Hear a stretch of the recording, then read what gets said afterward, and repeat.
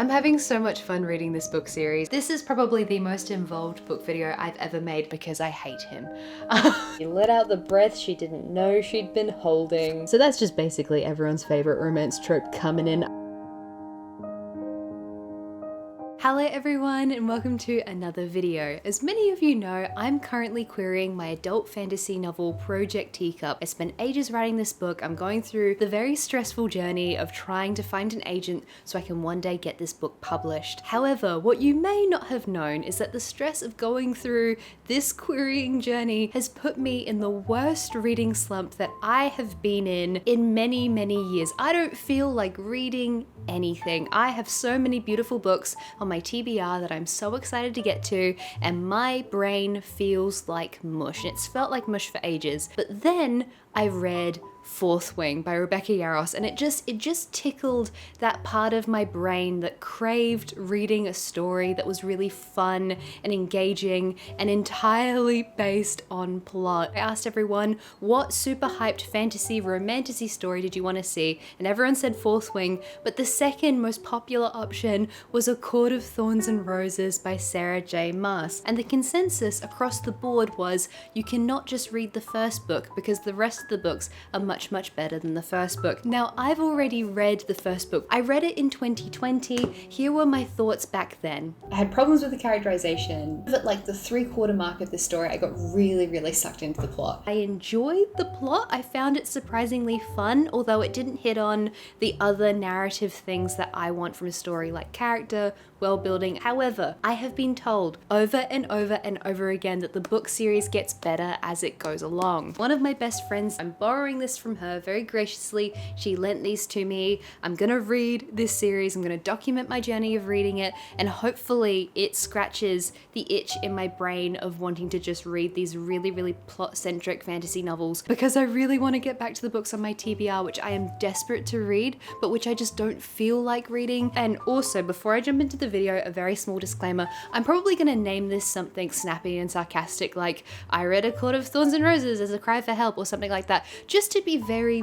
clear, it's not a cry for help to read romantasy books. It's not a cry for help to read romance. I'm just gonna come in here and say, as always, when I do these kinds of videos where I critique romance books, that A, I'm not a romance reader, B, it is fine to read romance books. C, we're not here for book snobbishness. D, if you want to hear my thoughts on this in-depthly, I talked about it in my Colleen Hoover video where I read It Ends With Us. And so when I say reading A Court of Thorns and Roses is a cry for help, I mean for me personally, because I'm a person who loves character-centric story. I love heavy world building. I love really complex and intricate plots. This is not typically my cup of tea, but I'm excited to read it at the moment. I'm hoping it's going to be fun.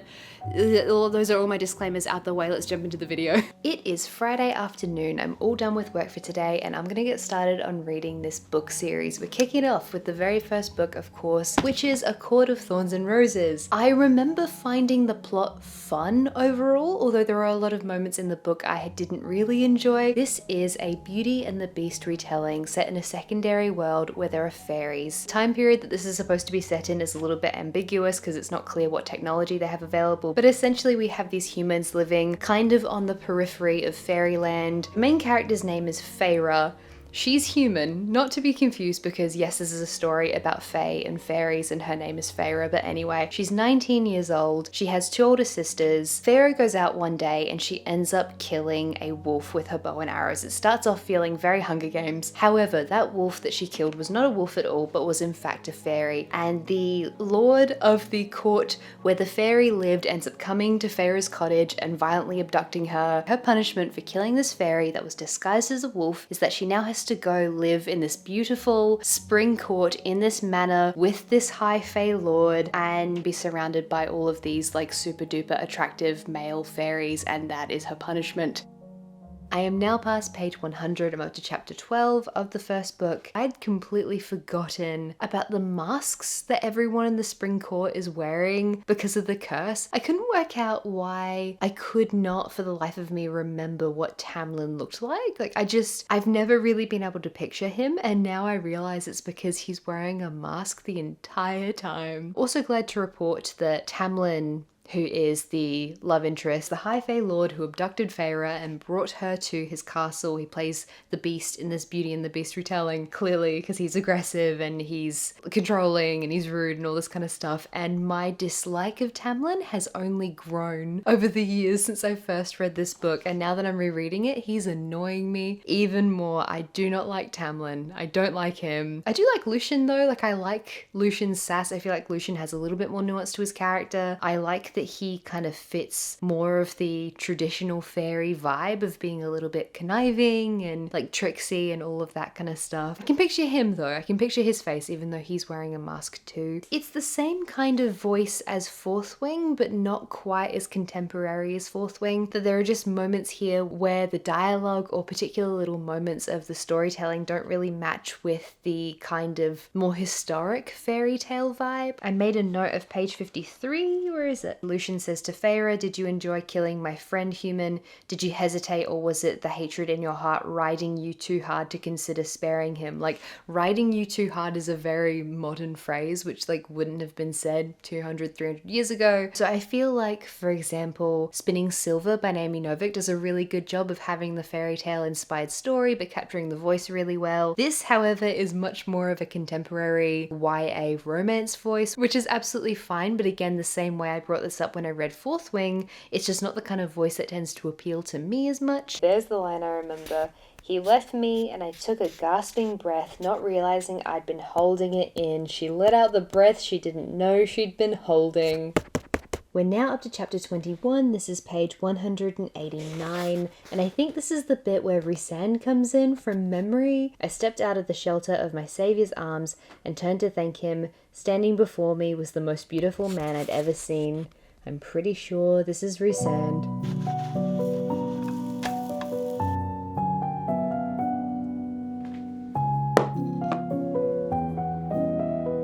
So I have been reading this morning and I stayed up reading a whole bunch last night. I'm almost there on the very first book, which is good. I'm zooming through it really fast. I'm currently on chapter 41. Following the Beauty and the Beast structure, Feyre did not fall in love with Tamlin in time, and so she went home for a little bit. She came back to Prythian. She's decided to go under the mountain to free everyone from Amarantha, who is the evil fae that's like entrapped everyone. She's under the mountain. She's with Rhysand. She has these challenges. There are 3 challenges she needs to win, or she needs to answer this riddle and then everyone can be set free, but she's going through it at the moment. And I remember vaguely from when I read this book last time, there was a moment towards the end of the challenges that was really, really cliche, like the answer to the riddle that Amarantha poses to her. Oh, I remember cackling, so I'm really excited to get to that bit in the book. Oh my god, there it is. The answer to the riddle that Amarantha gave to Feyre is love. The answer is love. I remember the first time I read this, I cackled. I was so mad at the cliche of this. Like, what an iconic piece of writing. Just finished the very first book. Basically, I have the same opinion I had last time, which is it's fun to read. The plot is fun. However, the voice isn't really to my taste. The characters don't really have enough depth for me in order to love them. There are so many red flags here, like Tamlin. Rhysand is a lot more compelling to me. He's more interesting. Obviously, he's a fan favorite. I already know that. But yeah, I'm excited to see how the book series gets better. I'm hoping that there's more depth, maybe with the characters, with the world building. I'm not sure. I'm gonna jump in and read the second book. Where is it? A Court of Mist and Fury is what we're gonna be reading next. I just got up to chapter 6 of the second book. Essentially, what's been going on, we are 3 months after the conflict of the first book. Feyre has been having some clear PTSD from all of the trauma she went through because she violently died and then got brought back to life and she became a fae. So she was back in Tamlin's mansion in the Spring Court preparing for her wedding to Tamlin. However, she's been vomiting all the time. She's been wasting away. She's clearly having a really tough time, and Tamlin's response to all of this is just to be really controlling and entrapping. There's this priest, Ithane, who's been helping plan the wedding, but Feyre's just basically having a really hard time with everything. And she is about to, in chapter 5, walk down the aisle well, but she starts to kind of have a panic attack, and she's realizing that she feels as trapped in this marriage to Tamlin as she felt underneath the mountain. And she's walking down the aisle, and what does she say? Starts thinking, help me, I begged someone, anyone, begged Lucian, standing in the front row, his metal eye fixed on me, begged a Thane, face serene and patient, lovely with that hood, save me, please save me, get me out, end this. And so she's having a panic attack basically, and then that is the moment that Rhysand shows up and whisks her away to the Night Court and is like, you didn't want to marry him anyway, don't be mad at me for coming and saving you. And so now she's in the Night Court and Rhysand wants to teach her to read. Now, I have a pretty significant spoiler to do with Feyre and Rhysand, and to be honest with you, that spoiler that I have to do with them and their relationship is the only reason why I picked this story back up, because if I knew that Tamlin was endgame, I wouldn't be reading this book because I don't like him. I'm not halfway yet, but I'm kind of getting there. Feyre has just defeated the Weaver. She got Rhysand's mother's ring from the Weaver and she climbed out through the chimney. We've met Rhysand's friends. We've met Cassian, Azriel, Mor, Amren. We've also seen the city where he lives, Valaris in the Night Court, which is this really beautiful city which was hidden and secret. And Rhysand, it turns out, is not the evil, nasty lord that everyone thought he was. It's been a front that he's been putting on. He's been pretending to be mean and scary so that people take him seriously, and so that they don't know about Valaris, the city of dreams, which is hidden. They think that he rules over just the city of nightmares. I'm just enjoying the story. Like, I'm tearing through it. I'm getting through it so quickly. Feyre seems to be getting stronger. She seems to be healing a little bit. There's all of this flirting going on between her and Rhysand, obviously, but like, they're not going to get together because it's not really a thing, but he's like teaching her to read, so he keeps leaving her like flirty like messages for her to learn how to read on. And there's a war coming, and so he wants Feyre to be a part of that and to help with the war, which is very different to how Tamlin treated her, because Tamlin just wanted to keep her away, but Rhysand thinks that she's strong and smart and all of this stuff, and that she can use her fancy fae powers to help everyone. This book definitely seems like a step up in terms of the quality of the writing. I feel like Sarah J. Maas's skill level has clearly jumped up with this book. The world building seems better, the characters seem better. I'm having a fun time. I'm enjoying it. This is the book I was looking forward to in this series, and I'm so glad that it's engaging, and I'm just tearing through it. It is the next day and I have been flying through this story. I am a significant chunk of the way through. I'm almost at the end and they just got to an inn. Chapter 48. They're at this inn. They've been traveling. A whole bunch of stuff happened. Lucian was there. It was really sad. I feel like not that Feyre betrayed Lucian, it's more that Lucian betrayed Feyre, but like that whole situation is a bit sad because I do quite like Lucian. But anyway, they've gotten to this inn and naturally the two separate beds that were booked have turned out to only be one bed. So that's just basically everyone's favorite romance trope coming in. I love how deeply unserious this genre is. Like, I love how everyone who loves this genre just loves a good trope, and like, just, it's so much fun. It is so much fun to read. I just got up to chapter 50 and Feyre has found out that she is Rhys's mate, and apparently Rhys is known for a very long time, and Feyre feels very angry and betrayed by this because she had to trap the Suriel in order to find out about this, because Rhys didn't tell her and apparently everyone else knows. And the significance of her being Rhys's mate is that they're now mated together for life. I actually had to go back and check because I was like, why is this so significant? Have I missed something really, really, really big? And so I went and looked back through the first book, and I'm pretty sure that Tamlin's parents were mated, but obviously Feyre wasn't mated with Tamlin. She's now mated with Rhys. And I feel like this is kind of the key moment where the fact that they're fae is really coming through, because the way that the fae works in this world is like, yeah, they're cruel, yeah, they've got these rigorous societal structures and it's all to do with their culture, and yes, they're magical, but there's not a lot that makes them really that different from humans. They just mostly kind of seem like really hot magical humans, and maybe that's because Feyre is only really dealing with the high fae. There's like lesser fairies who are less humanoid looking, but I feel like the whole mating thing is actually something a little bit different coming through, which I think is interesting. I just finished reading the second book, which is A Court of Mist and Fury. I'm having so much fun reading this book series, and I do agree that this book is way better than the first book. I think it's very clear that the quality of Sarah J. Maas's writing goes up with this book, and I've been really enjoying it. I do really love the love story with Feyre and Rhysand, although I retain that there are some things that Rhysand did, particularly in the first book, which I don't like, which are really not great. He was getting Feyre drunk on the fairy wine so that she wouldn't remember what was going on with the dancing and Amarantha. And there's that bit where like she's like bleeding and there's like a bone in her arm and he twists it and all this stuff, and it's like, oh well, you could argue that he was just pretending to be the nasty lord of the night court, but it turns out he's a nice guy. And so there are things there with Rhysand's characterization in the first book that I don't know if it's consistent with this book, and part of me wonders if Sarah J Maas knew when she was writing the first book if she was necessarily going to take Rhysand's character in this particular direction. Like, I'd love to know at what point she decided to not make Tamlin Feyre's love interest. Like, I would love to know at what point she decided where the story was going to go, because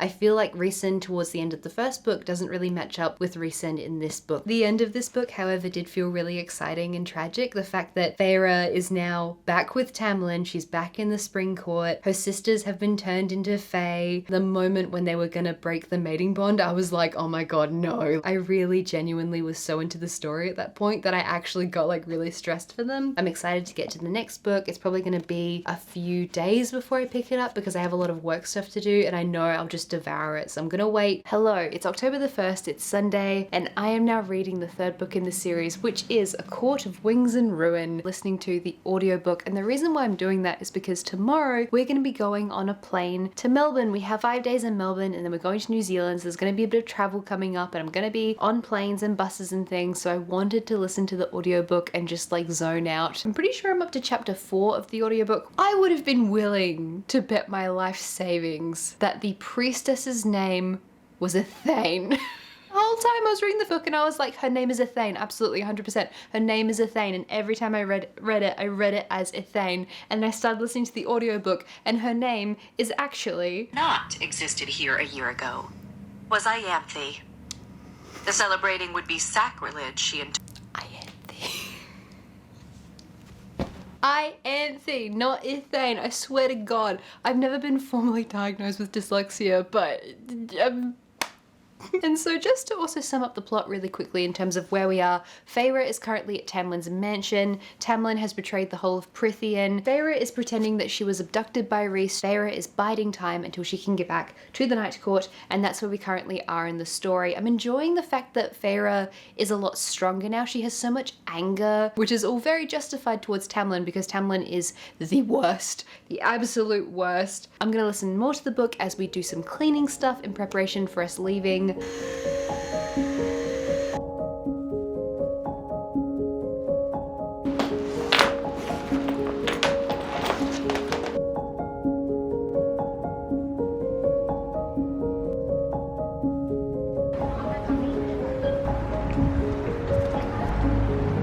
I'm currently up to chapter 18 of A Court of Wings and Ruin. Now that Feyre is back with Rhysand, Nesta is very angry. She's a nothing character except for the fact that she's just viciously angry all the time, but Cassian is still like mated with her and finds her beautiful, is in love with her, even though she doesn't seem to have any like redeeming qualities apart from the fact that she's really pretty. It's clear that Nesta is there for conflict with Feyre, but anyway, they're all back in the Night Court. Nesta's angry, Elaine's depressed, Lucian is kind of sad. The like political war elements of the story are ramping back up again, and I'm finding myself still engaged with the story, although not quite as engaged now that Feyre is finally back with Rhysand. It's like really clear that Rhysand is supposed to be a foil for Tamlin in every regard, right? Because it constantly keeps coming back to the fact that Rhysand is giving Feyre choices because it's her right to have choice, and she is his equal, not his property. I am really enjoying just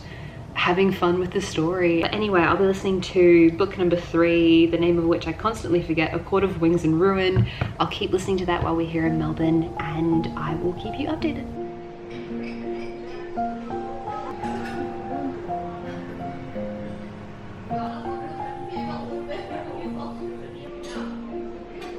Chapter 23.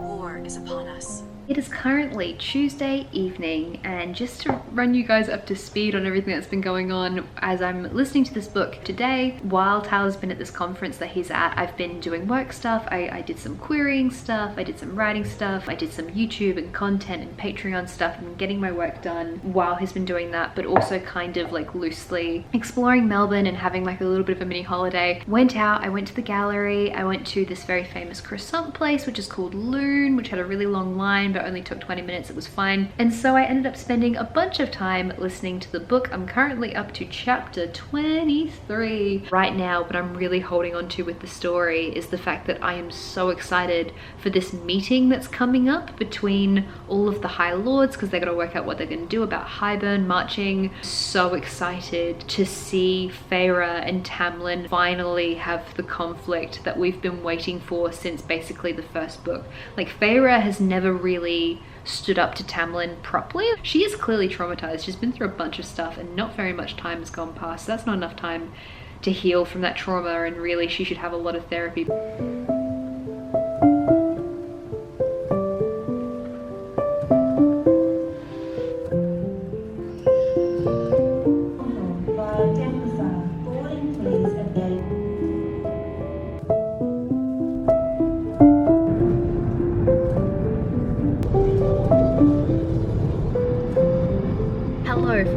New Zealand. We're staying in Auckland for a few days. We've driven down to the spot where Lord of the Rings was filmed. So we're going to Hobbiton. We're doing the like Shire filming set thingy. Like, we're doing that whole thing. That's us charging. This is us in the car. This is such a lovely area. It's so stunning. We're driving past all these baby cows and it looks actually a little bit similar to the area where I grew up, like in the country. We're reading A Court of Wings and Ruin. I'm currently up to chapter 58. We're getting into the last little bit of the book now, it seems. We had the scene where Feyre finally sees Tamlin, which I was waiting for.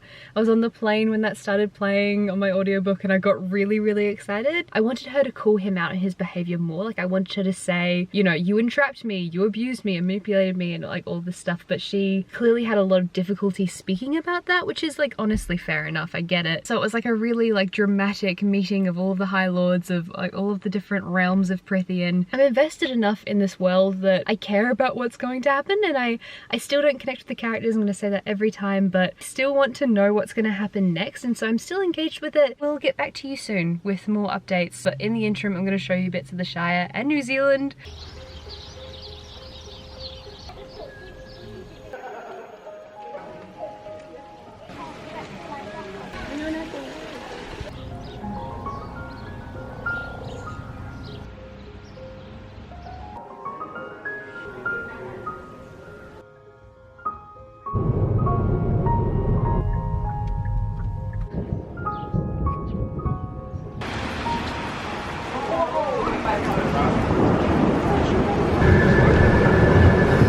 Actors had their trailers, they had their hair and makeup teams here.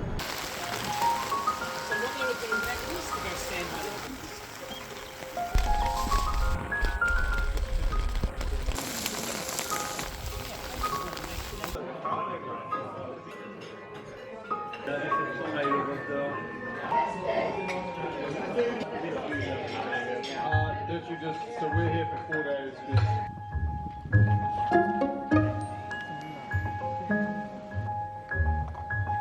Oi, son. Hey, Jeff, move out of the way. Oi, Jeff, move.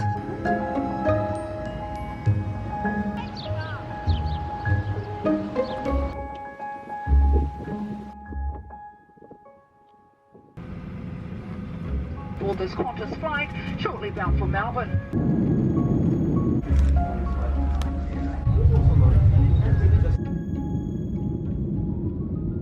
It is the day after we got back from New Zealand. I finished reading this bad boy, which is A Court of Wings and Ruin, whilst traveling yesterday. My thoughts on this book, the third book in the series, are essentially, why didn't anyone die? And I say that knowing obviously that Feyre's dad died, but like, I felt nothing. I felt absolutely nothing. There was like an attempt at a redemption arc there that I don't feel like the book needed. They're having this big battle, they're dying, everything's terrible, everything's going wrong, they're definitely gonna fail. Of course, the Deus Ex Machina moment. Feyre's father appears from nowhere carrying a fleet full of people, even though it to me at least, it doesn't really make sense as to why Feyre's father could have gathered that many people, like a massive armada of ships to come in and save everyone. And because he loves his daughters so much, he's named the ships after Feyre, Nesta and Elaine to make up for the fact that he's been an emotionally absent and neglectful father. He decided to run off and abandon his daughters more. That's how we solve that. Of course, the King of Hybern kills him, but Feyre doesn't even really seem to have a real reaction to that. It could have been such an interesting moment to explore Feyre's anger and resentment towards this man who was supposed to provide for her, look after her and her sisters, and who didn't. Like, this whole story, all the plot, the conflict, the fairies, everything happened because Feyre had to learn how to hunt because her father would not look after his daughters and perform his parental duty. But anyway, that aside, I feel like you cannot have a battle this big and this significant and not have actual consequences. Amren got sacrificed, but she just climbs back out of the cauldron anyway. Rhys dies, but then he comes back again, and because I already knew that Rhys survived because I have that spoiler that's obviously not in this book, but it's later on, Cassian and Nesta, I think I have a very vague spoiler for them as well. So I was like, oh, Cassian's not gonna die. It didn't feel like anyone was gonna die, so the whole way through the battle I had no anxiety, no stress. I wasn't worried about it. I'm happy that Tamlin seemed to come to their side, but I wish we had had more conflict there. I really wanted a moment where Feyre just yelled at him or told him he was awful to her, that he was controlling, like some kind of conflict from her. She writes a letter to him, but ultimately she's like, I want him to be happy. And it's like, he locked you in a house. He was basically going to entrap you your whole life. He didn't care about what you wanted. He did a whole bunch of really, really bad stuff to you, and you're just gonna, 6 weeks after the fact, you're just gonna say, oh, I hope he does well with his life. Like, I think that's one of the things that I don't love as much about these books, is that all of this has happened really, really fast after each other. Okay, so we had Calamai in the first book, and then Calamai came back around again in the second book, and so I think that it's only really been like a year and a half since the book series began, and in that time Feyre has been through such significant trauma. So many things are happening without the amount of time that you would really need to emotionally process everything, and so that kind of feels unrealistic to me. I'm now going to jump into this book. I'm going to get started on reading it tonight. It's only 200 pages.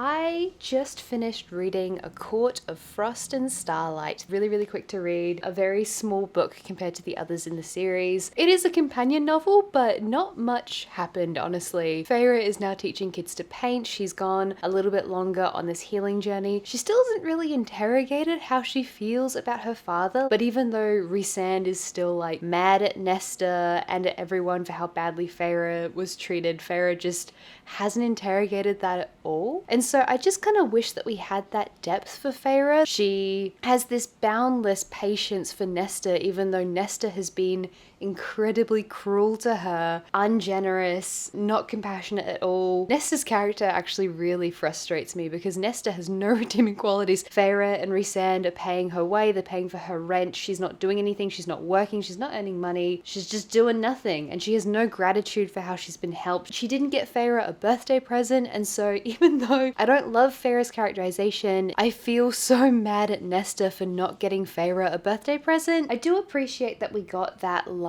of dialogue from Rhysand tearing into Tamlin. Like, that's the type of thing I really wanted to hear. Just for me as a reader, I would have loved to have seen Feyre lay into him, to basically say the things to him that Rhysand said to him. I'm now on to the final book in this series. So this is going to be Nesta and Cassian's love story, and I knew that one of the books was from Nesta's point of view. I thought it was going to be this one, but no, it is the orange one, the 5th one. Let's jump into reading this book, and we're going to finish this series.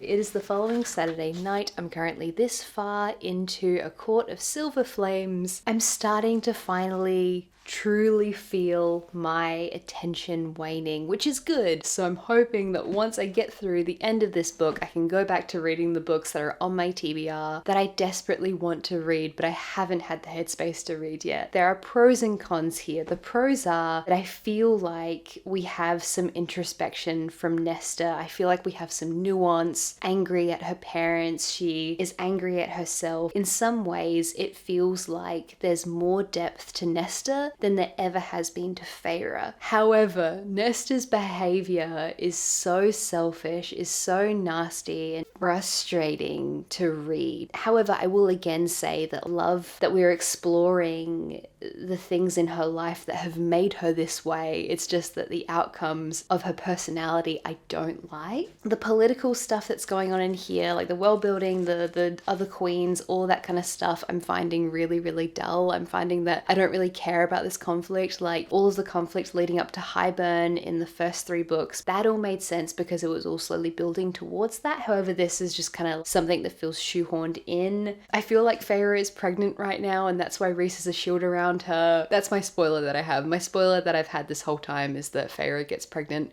with Rhys's child. Didn't Google that at all. It just came up in a TikTok. Like there's so many spoilers for this book series all over the internet. I am plugging away at this. I just got home from a engagement party. That's why I'm still wearing makeup even though it's like 11:30 at night. I'm gonna take off my makeup and then I'm gonna cozy on down and read a bit more of this book.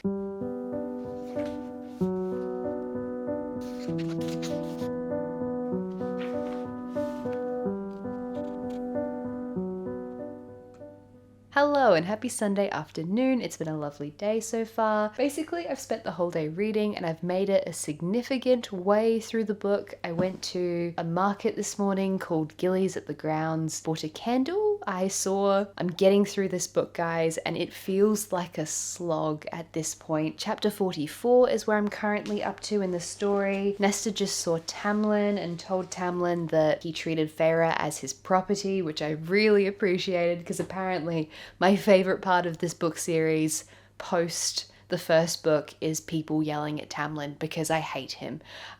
So enjoyed that. That was good. I think my favorite thing about this particular book is that I'm enjoying Nesta's healing journey. I'm enjoying this probably the least of all the books. Like I'm really finding it to be a slog to get through. I think it's also clear that there's a lot more spicy stuff in this book than there were in the previous books. And also it feels kind of weird to be on the periphery all of a sudden of Feyre's pregnancy. There's so many bits in this story that remind me of Twilight that I feel like pay homage to Twilight, or there's influences there, like Bella's pregnancy, like them being scared that it was going to kill Bella, like when Bella turned from human into vampire, all these kind of things. I feel like the story was completed with the first 3 books and I don't necessarily need any more depth here. I do want to find out how Feyre's pregnancy is going to go. I do want to find out if there's fallout with Tamlin there.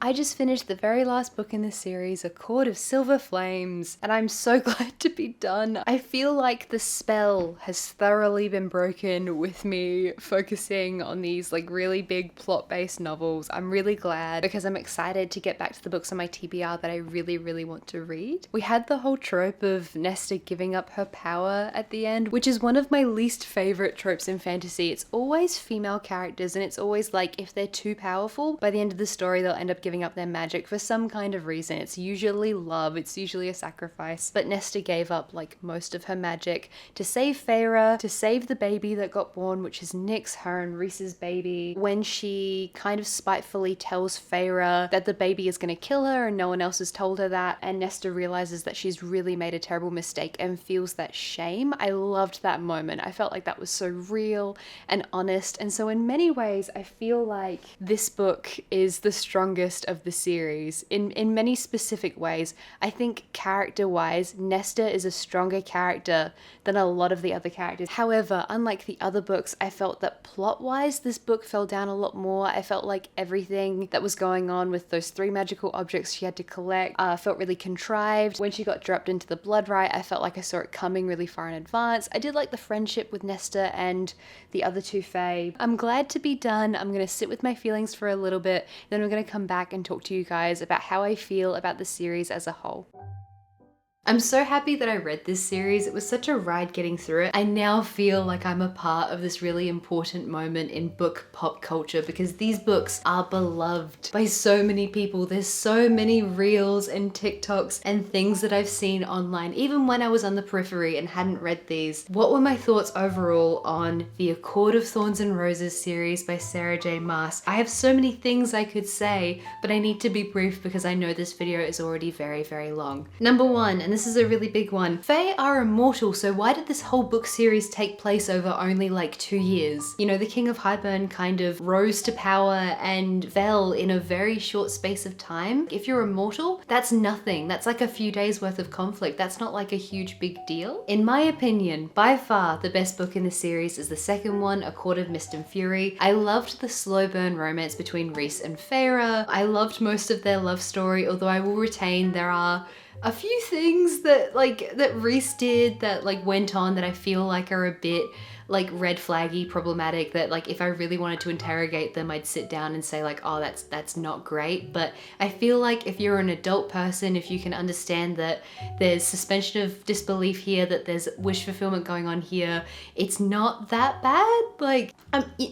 We could go down that rabbit hole and start discussing the problematic elements of this series, but do you really have another 40 minutes to watch me talk about this? I've started editing this video and it is a long one. Breezing through my notes, the biggest letdown for me across the whole series was the Deus Ex Machina moment of Feyre's dad coming in and saving everyone. That still doesn't hold up for me. I wish there was more yelling at Tamlin going on, because God, I hate him, and I know I've said that so many times in this video, but I will stand by that. I think Nesta ended up being a much stronger character in the end. I like her a lot more now, having finished the series, but I do think a lot of her very selfish, very cruel behavior went uninterrogated. She is very, very lucky to have such a supportive group of people around her, because she was truly awful for so much of this series. Honestly, over the course of the last few weeks, these were my heart books. These were what I really needed to read. These were what my brain wanted to read, especially to distract myself from some stressy stuff that was going on. I had a lot of fun, although I can't entirely switch off the critical part of my brain that kinda didn't enjoy certain elements, as I've said before. Character, world building, voice. There are so many things in this series that don't really speak to my taste, but again, I had fun. I wanted to know what was going to happen next. I am gonna say that maybe the series overall sits at about 3.5 stars. For me, it held my attention for a significant number of pages, and that is no small thing, honestly, given how bad my concentration has been. Thank you so much for watching this incredibly long, incredibly involved video. And also, before I go, I wanted to say a massive thank you to everyone over on Patreon for making these videos possible. Over on Patreon, we have a whole bunch of bonus content, bonus videos, we have a book club, we have a Discord server, we have so many things over on Patreon. So if you want to check that out, there is a link in the description down below. Take care everyone, and I will see you next time. Bye bye.